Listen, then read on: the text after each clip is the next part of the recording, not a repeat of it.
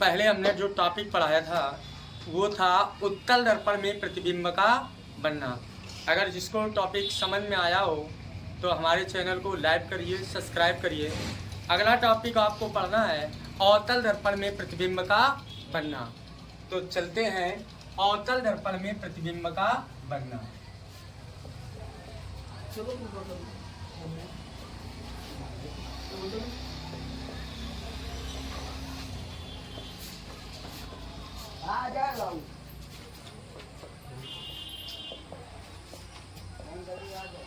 ठीक है दोस्तों, अवतल दर्पण में जो हमने बताया था प्रतिबिंब कितने प्रकार का बनता है, 6 प्रकार से बनता है। ठीक है, जैसे ये आपका एक अवतल दर्पण है, इसको ध्रुव कहते हैं। ये आपका फोकस है और ये आपका वक्रता केंद्र है। जितने प्रकार से हम वस्तु को रख सकते हैं अवतल दर्पण में, जितने प्रकार से हम वस्तुओं को रख सकते हैं उतने प्रकार का प्रतिबिंब बनता है। जैसे नंबर 1, वस्तु कहाँ पर रखी जाए, अनंत पर। नंबर 2, अनंत और वक्रता केंद्र के बीच रखी जाती है। तीसरा पॉइंट है वक्रता केंद्र पर रखी जाए। चौथा पॉइंट है वक्रता केंद्र और फोकस के बीच रखी जाए। अगला पॉइंट है फोकस पर रखी जाए। अगला पॉइंट है ध्रुव और फोकस के बीच रखी जाए। समझ में आ रहा है? तो कितने प्रकार से प्रतिबिंब बन सकता है, 6 प्रकार से। तो चलो आगे चलते हैं, अलग अलग बनाने का क्या कर रहे हैं, प्रयास करते हैं। तो ध्यान से समझिए,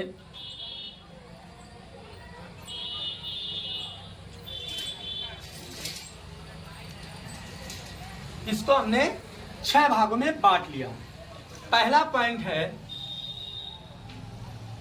जब वस्तु अनंत पर हो, जब वस्तु अनंत पर हो।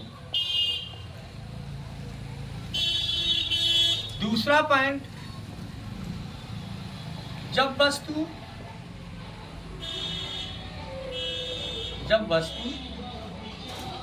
अनंत और वक्रता केंद्र के बीच हो, और वक्रता केंद्र के बीच हो, केंद्र के बीच हो। तीसरा पॉइंट हुआ जब वस्तु वक्रता केंद्र पर हो, वक्रता केंद्र पर हो। ठीक, अगला पॉइंट हुआ चौथा पॉइंट। चौथा पॉइंट हुआ जब वस्तु फोकस और वक्रता केंद्र के बीच हो, फोकस और वक्रता केंद्र के बीच हो।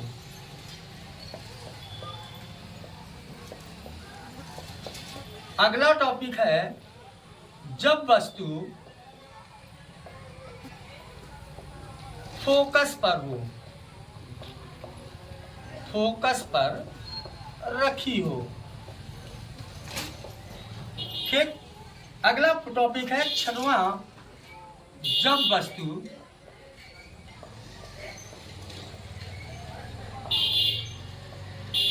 फोकस और ध्रुव के बीच रखी जाए, ध्रुव के बीच स्थित हो। समझ में आ रहा है? तो देखते हैं पहला कि जब वस्तु कहां पर हो, अनंत पर हो। तो ध्यान से समझना, जब वस्तु अनंत पर होती है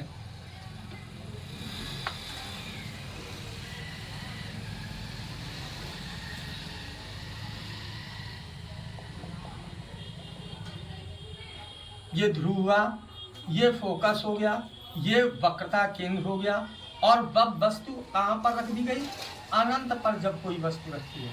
तो ध्यान से समझना, जब वस्तु अनंत पर रखी होती है तो वस्तु से निकलने वाली प्रकाश की किरण मुख्य अक्ष के समांतर होती है और परावर्तन के पश्चात फोकस से होकर गुजरती है। ठीक, दूसरे प्रकाश की किरण पुनः मुख्य अक्ष के समांतर होती है। पुनः मुख्य अक्ष के समांतर होती है और परावर्तन के पश्चात पुनः फोकस पर क्या होती है, होकर गुजरती है। क्या समझ में आया कि जब वस्तु अनंत पर होती है तो वस्तु से निकलने वाली प्रकाश की किरण मुख्य अक्ष के समांतर होकर परावर्तन के पश्चात फोकस से होकर गुजरती है, तथा दूसरी प्रकाश की किरण पुनः मुख्य अक्ष के समांतर होकर परावर्तन के पश्चात फोकस से होकर क्या हो रही है, गुजरती है। तो ये दोनों परावर्तित किरणें किस पॉइंट पर मिल रही है, फोकस पर मिलती है। अतः फोकस छोटा, बहुत छोटा कामा और कैसा बनता है, बहुत छोटा बन रहा, और वास्तविक और कैसा बन रहा है, और उल्टा। समझ में आ रहा है? ये मेन पॉइंट। जब वस्तु अनंत पर रखी होती है तो वस्तु से निकलने वाली प्रकाश की किरण मुख्य अक्ष के समांतर होकर परावर्तन के पश्चात फोकस से होकर गुजरती है, तथा दूसरी प्रकाश की किरण मुख्य अक्ष के समांतर होकर परावर्तन के पश्चात पुनः फोकस से होकर गुजर रही है। तो दोनों परावर्तित किरणें कहाँ पर मिल रही है, फोकस पर मिलती है। और चूंकि ये दोनों वास्तव में मिलती है इसलिए वास्तविक प्रतिबिंब बनता है। कैसा बनता है, बहुत छोटा, वास्तविक और उल्टा प्रतिबिंब बनता है। अब आ जाइए पॉइंट नंबर 2 में कि जब वस्तु अनंत और वक्रता केंद्र के कहाँ हो, बीच में स्थित हो। तो देखते हैं, ये आपका ध्रुव हुआ, ये फोकस हो गया, ये वक्रता केंद्र हो गया, ठीक। और वस्तु यहां पर रखी हो, ए बी वस्तु रखी है। कहां पर रखी है, अनंत और वक्रता केंद्र के बीच में। तो वस्तु से निकलने वाली प्रकाश की किरण मुख्य अक्ष के समांतर होकर किससे होकर जा रही है, फोकस से होकर गुजरती है। तो प्रकाश की किरण किससे होकर गुजर रही है, फोकस से, तथा दूसरी प्रकाश की किरण किससे होकर गुजरेगी, वक्रता केंद्र से होकर क्या हो रही है, गुजरती है। कहां से होकर गुजरती है, वक्रता केंद्र से होकर गुजरती है।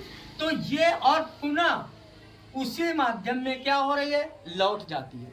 तो एक बार फिर समझ लीजिए, जब कोई वस्तु अनंत और वक्रता केंद्र के बीच रखी होती है तो वस्तु से निकलने वाली प्रकाश की किरण मुख्य अक्ष के समांतर होकर परावर्तन के पश्चात फोकस से होकर गुजर जाती है, तथा दूसरी प्रकाश की किरण वक्रता केंद्र से होकर गुजरती है और परावर्तन के पश्चात पुनः उसी मार्ग में लौट जाती है।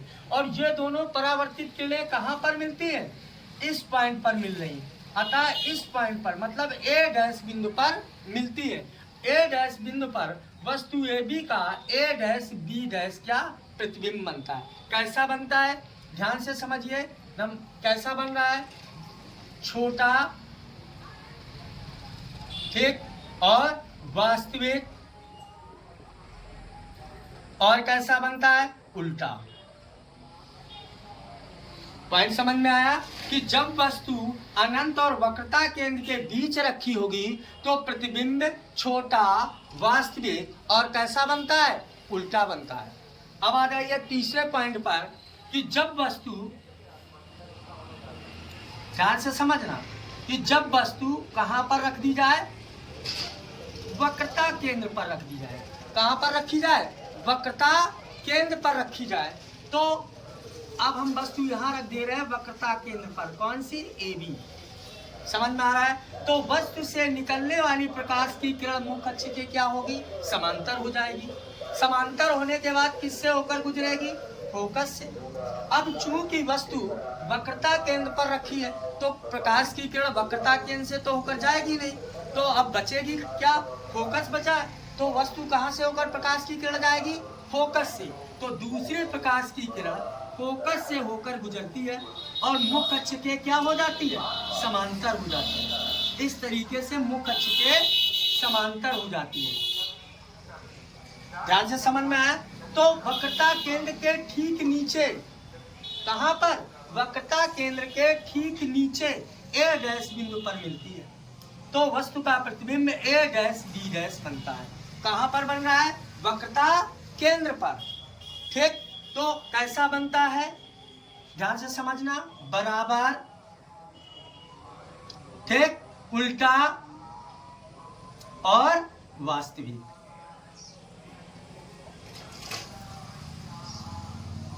क्लियर समझ में आया? जब अनंत पर थी तो कहां पर बन रहा था? ठीक फोकस पर बन रहा था।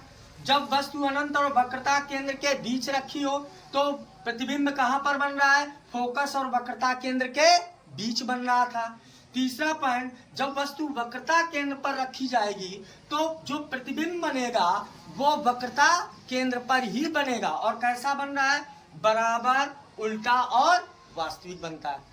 तो ध्यान से समझ लीजिए, क्या होता है कि कर्म करने वालों की कभी हार नहीं होती।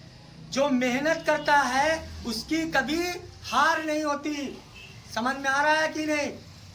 तो कर्म करते रहिए, लगे रहिए। अगला पॉइंट आ जाइए कि जब वस्तु कहां पर रखी हो? फोकस और वक्रता केंद्र के बीच रखी हो। ध्यान से समझिए।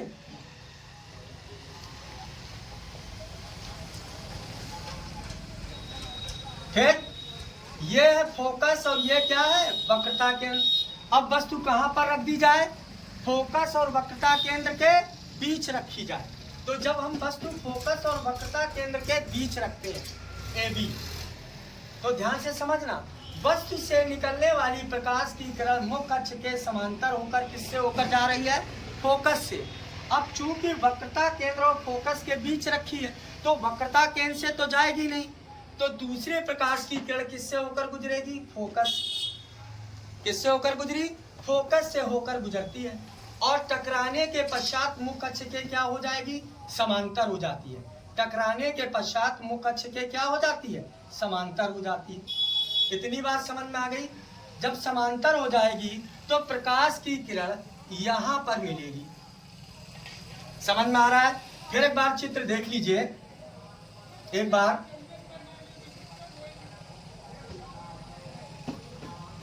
ये ध्रुव है, ये फोकस है और ये वक्रता केंद्र है। तो वस्तु कहां पर रखनी है? फोकस और वक्रता केंद्र के बीच रखी जा रही है, ए बी। तो वस्तु से निकलने वाली प्रकाश की किरण मुख्य अक्ष के समांतर होकर फोकस से होकर गुजर जाएगी तथा दूसरी प्रकाश की किरण फोकस से होकर जाएगी और मुख्य अक्ष के क्या हो जाएगी? समांतर हो जाती है। फिर एक बार देख लीजिए कि जब कोई वस्तु फोकस और वक्रता केंद्र के बीच रखी जाती है तो वस्तु से निकलने वाली प्रकाश की किरण मुख्य अक्ष के समांतर होकर परावर्तन के पश्चात फोकस से होकर गुजरती है तथा दूसरी प्रकाश की किरण फोकस से होकर गुजरती है और परावर्तन के पश्चात मुख्य अक्ष के समांतर हो जाती है।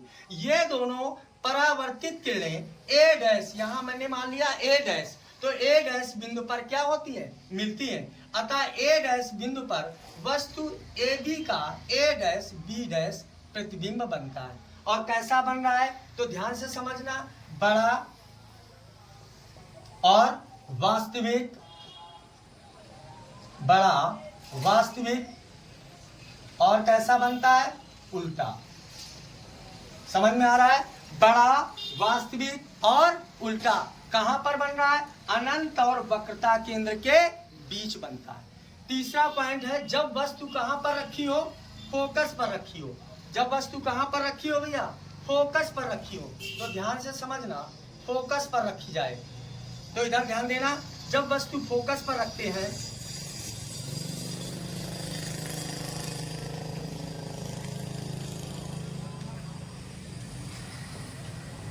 अब हम वस्तु को फोकस पर रख दें, ठीक? तो जब वस्तु फोकस पर रखी होगी ए बी, तो वस्तु से निकलने वाली प्रकाश की किरण मुख्य अक्ष के समांतर हो गई। समांतर होने के बाद परावर्तन के पश्चात फोकस से होकर गुजर जाएगी। अब आगे तो कोई है नहीं, तो क्या होगा? दूसरे प्रकाश की किरण इससे किससे? दर्पण से टकराएगी। टकराने के बाद पुनः उसी मार्ग में क्या हो जाएगी? लौट जाएगी। और किससे होकर जाएगी? वक्रता केंद्र से होकर जाती। अतः ये दोनों परावर्तित किरणें जब आगे की ओर बढ़ाते हैं तो हमारा कहां पर मिलती है? अनंत पर मिलती है। कहां पर मिलती है दोस्तों? अनंत पर मिलती है। फिर एक बार देख लीजिए, जब वस्तु फोकस पर रखी जाती है तो वस्तु से निकलने वाली प्रकाश की किरण मुख्य अक्ष के समांतर होकर परावर्तन के पश्चात फोकस से होकर गुजर रही है तथा दूसरी प्रकाश की किरण परावर्तित होती है और उसी मार्ग में लौट जाती है और किससे होकर जा रही है, वक्रता केंद्र से होकर जाती है। तो ये दोनों परावर्तित किरणें कहां पर मिलती है, अनंत पर मिलती है। जब अनंत पर मिलेगी तो वस्तु का प्रतिबिंब कैसा बनेगा, बहुत बड़ा। कैसा बनता है, बहुत बड़ा, कामा वास्तविक और उल्टा।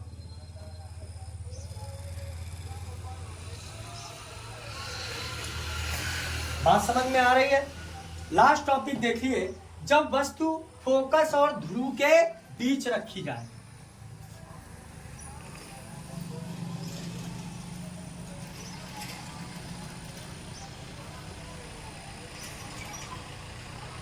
समझ में आया कि जब वस्तु कहां पर रखी जा रही है, फोकस और ध्रुव के बीच रखी जाती है, तो वस्तु से निकलने वाली प्रकाश की किरण मुख्य अक्ष के समांतर होती है और फोकस से होकर गुजर रही है। तो ध्यान से समझना, मुख्य अक्ष के समांतर होकर किससे होकर गुजर रही है, फोकस से होकर गुजर रही। दूसरी प्रकाश की किरण इससे टकराती है, मतलब दर्पण से टकराती है या परावर्तित होती है और परावर्तन के पश्चात वक्रता केंद्र से जाती है इस तरीके से। अब जब जा रही है तो ये अनंत पर फैलती चली जाएंगी। जब अनंत पर फैलती चली जाएंगी, इन परावर्तित किरणों को जब हम आगे की ओर इस तरीके से बढ़ा दें, इस तरीके की, तो देखते क्या है कि ये दर्पण के पीछे मिलती हुई प्रतीत होती है। दर्पण के पीछे क्या होती है, मिलती हुई प्रतीत होती है। तो जहां मिलती हुई प्रतीत होती है तो उस बिंदु पर मान लीजिए ए डैश बिंदु पर मिलती हुई क्या हो रही है, प्रतीत होती है। तो ए डैश बिंदु पर वस्तु ए बी का ए डैश बी डैश प्रतिबिंब बन रहा है। तो अब इसको फिर एक बार समझ लीजिए कि जब वस्तु ध्रुव और वक्रता के, जब वस्तु ध्रुव और फोकस के बीच रखी जाती है तो वस्तु से निकलने वाली प्रकाश की किरण मुख्य अक्ष के समांतर होकर फोकस परावर्तन के पश्चात फोकस से होकर गुजर रही है, तथा दूसरी प्रकाश की किरण परावर्तन के पश्चात वक्रता केंद्र से होकर क्या होती है, गुजरती है। इन दोनों परावर्तित किरणों को आगे की ओर बढ़ाने पर, मतलब पीछे की ओर जब बढ़ाते हैं तो पीछे पर बढ़ाने पर कहां पर मिल रही है, ए डैश बिंदु पर मिलती है। अतः ए डैश बिंदु पर वस्तु ए बी का ए डैश बी डैश क्या बनता है, प्रतिबिंब बनता है। कैसा बन रहा है, ध्यान से समझना, सीधा दर्पण के पीछे, कहां बन रहा है, दर्पण के पीछे, सीधा और आभासी, क्योंकि मिलती हुई प्रतीत होती है इसलिए प्रतिबिंब कैसा हो रहा है, आभासी, सीधा आभासी और वस्तु से बड़ा। इतनी बात सबको समझ में आ गई। तो आज आपको फिर एक बार ध्यान से समझना कि अवतल दर्पण में प्रतिबिंब कितने प्रकार का बनता है, 6 प्रकार का। कौन कौन सा, जब वस्तु अनंत पर रखी होती है, जब अनंत पर रखी होगी तो प्रतिबिंब कैसा बनेगा, बहुत छोटा, वास्तविक और उल्टा। जब वस्तु अनंत और वक्रता केंद्र के बीच रखी होती है तो छोटा, वास्तविक और उल्टा बनता है। और जब वस्तु वक्रता केंद्र पर रखी जाती है तो बराबर, उल्टा और वास्तविक प्रतिबिंब बनता है। अगला पॉइंट, जब वस्तु फोकस और वक्रता केंद्र के बीच रखी जाती है तो बड़ा, वास्तविक और उल्टा प्रतिबिंब बनता है। अगला टॉपिक, जब वस्तु फोकस पर रखी जाती है तो बहुत बड़ा और कहां बनता है, अनंत पर, वास्तविक और उल्टा प्रतिबिंब बनता है। अगला टॉपिक, जब वस्तु ध्रुव और फोकस के बीच रखी जाती है तो प्रतिबिंब सीधा, आभासी और वस्तु से बड़ा बनता है। दोस्तों, अगर मेरा यह टॉपिक आपको अच्छे तरीके से समझ में आ रहा होगा या आया है तो हमारे चैनल को लाइक करिए, सब्सक्राइब करिए। अगले टॉपिक में मैं थोड़ा हिंट देना चाहता हूँ। अगला टॉपिक जो मैं आपको पढ़ाऊंगा वो पढ़ाऊंगा फोकस दूरी और वक्रता त्रिज्या में संबंध। फोकस दूरी और वक्रता त्रिज्या में संबंध और वक्रता त्रिज्या में संबंध। दोस्तों, अगर ये वीडियो आपको पसंद आ रहा हो तो हमारे चैनल को लाइक करिए, सब्सक्राइब करिए और आगे के चैनल को देखने के लिए नोटिफिकेशन दबा दीजिए, जिसके कारण बेल दबाइए, जिसके कारण आगे के जो वीडियो हैं आपको प्राप्त हो सके। धन्यवाद।